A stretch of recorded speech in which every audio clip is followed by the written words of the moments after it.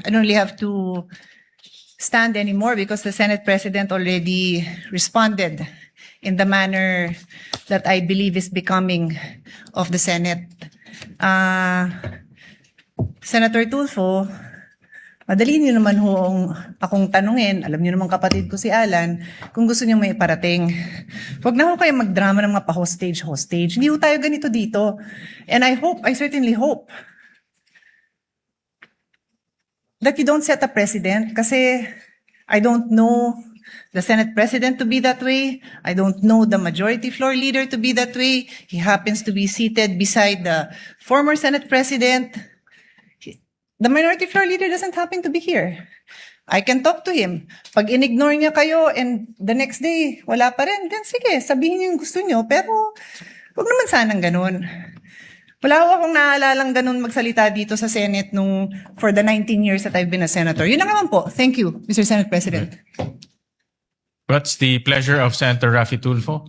Sandali, Mr. President, ubusin ko muna yung tawa ko. Never po ako nagdrama dito. Simula nung ako'y maging senador, never ever po ako nagdrama rito. Halugugin niyo po yung mga post sa social media. Never niyo ako nakita nagdrama o ginamit to para mag-grandstanding. Alam niyo po yan. Alam na lahat ng tao rito.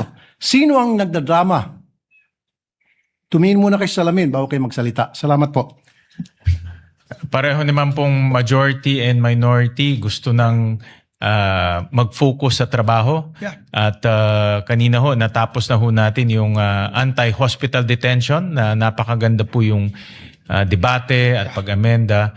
At naniniwala po ako na mabubuon rin natin itong mga committees natin sa pamamagitan ng coordination between yours truly and the majority leader. Yeah, Mr. President, we'll just both reach out to our dear friend, Yes. the Minority Floor Leader. He hasn't been feeling well, so let's give him. We'll reach out to him. We'll reach out to him, and by tomorrow we can settle this issue and elect already the members of the minority. Correct. But at least I can guarantee and say that Senator Amy is on all those committees. As being Deputy Minority Floor Leader, she's in all those committees.